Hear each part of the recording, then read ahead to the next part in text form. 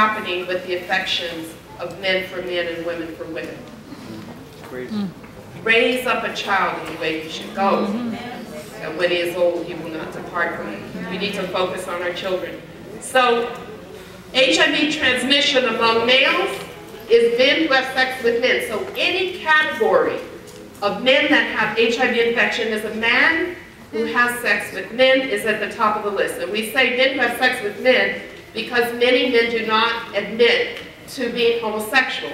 They may not consider themselves homosexual. They may be married, but they're having sex with another man. So we call it men who have sex with men. So whether it's the 13 to 15 age category, or 15 to 25, or the over 50s, or the 80-year-old group, if they're men, at the top of the list, the rate of infection is among men who have sex with men. All age categories. All right.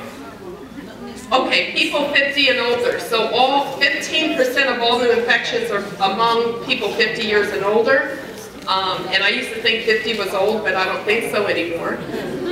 And, this is happening because, people used to use condoms back in the old days just to keep from getting pregnant. So when they reach a certain age, they don't know that they should still be using condoms to prevent transmission of diseases.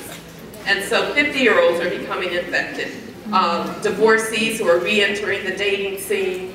Many people who were infected young are now aging out and they have HIV, they're getting older. So we're seeing a whole growing group of older people. By the year 2015, 50% of all people with HIV infection will be over the age of 50. Yes, sir. I noticed a lot of the graphs, there's a tendency of a rise in transmission. Is this coordinated with the limited amount of advertising? Yeah, the limited amount of advertising that you see, that we saw in the past, where you'd see it on the trains, in the television. I noticed there's much less advertisement now, maybe because of public funds being withdrawn, and then this probably is correlated with the rise in transmission. You're exactly right. So there used to be a lot of advertisements about keeping HIV under control. And amazingly enough, that was during the time when a lot of gay white men were becoming infected. But there are minimal numbers of gay white men becoming infected anymore. And the power brokers in this country are gay white men. The politicians who listen are men, and many of them gay now. So the interest in HIV has waned in Washington and among funders. We are struggling to get funding all the time. And the warning to people in communities like ours, we're not getting that warning. There's no funding for it, and it's just kind of like a forgotten thing. Now, President Obama did put together the National AIDS Strategy, and I applaud him for that.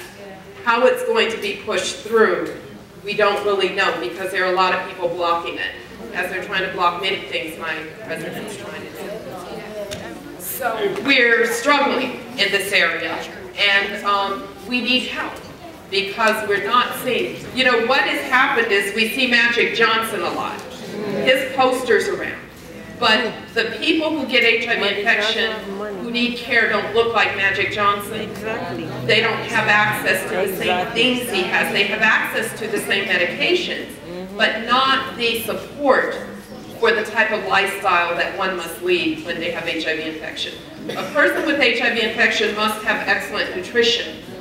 They've got to stop smoking, using drugs, doing all that stuff. And they've got to get their rest. They can't be stressed out with a lot of family problems, this, that. But that's not the usual scenario for my patients.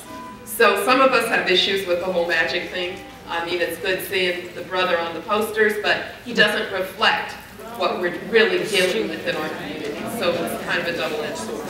And it sends a message to a lot of young people, oh, if I get the virus, I'll just take a pill. And they're complacent. There's a lot of complacency. But those pills are not easy to take. They have toxicities. They can treat the virus, but I always say they do not treat the mind. They do not treat the struggles. They do not treat the spiritual need of that person. That doesn't come in a pill. I think that's where the church comes in. Remember this morning I had you look at each other and say, I have HIV? Can you do it again? Why not? It's hard, isn't it? So imagine if you have HIV, how difficult it is to go into church and to sit there with the deep, dark secret. Imagine what it would be like to have to tell someone. One of the reasons the rate is on the rise in our communities is because we don't talk about it. We don't come to church and say, look, I have HIV and I need help. We don't do that. And so the secret is really destroying us, right? Have you ever tried to keep a secret? It's really difficult, isn't it? And if it's a really good secret, and maybe you're planning something for someone, you want to tell somebody, right? It's very hard. We are creatures designed to share and to contribute to each other's lives. And so if you have HIV and you're going to church, and I will tell you that just about every church I go to, I get stopped by somebody